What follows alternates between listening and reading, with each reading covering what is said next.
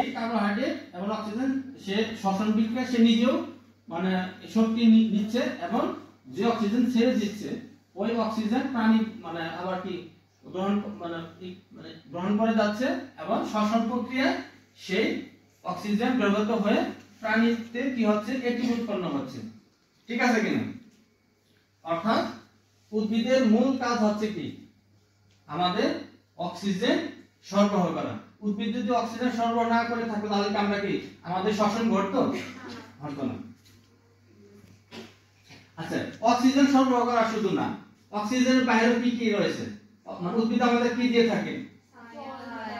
ছায়া দিয়ে থাকে। ঠিক আছে, ফলমূল দিয়ে থাকে, জ্বালানি কাঠ দিয়ে থাকে, আসবাবপত্র।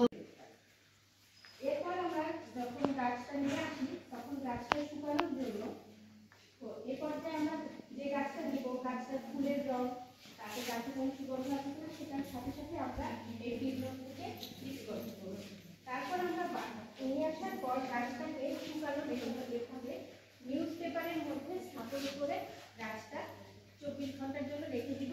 এভাবে প্রত্যেকটা গাছ আমরা একটা করে নিউজ পেপারের মধ্যে রাখি। রাখার পর দুইটা গাছের মাঝখানে একটা ঢাকা নিউজ পেপার রাখি যেন গাছের যে ময়েশ্চার আছে এই গাছটা করে তো আমরা বারবার বের করতে পারি।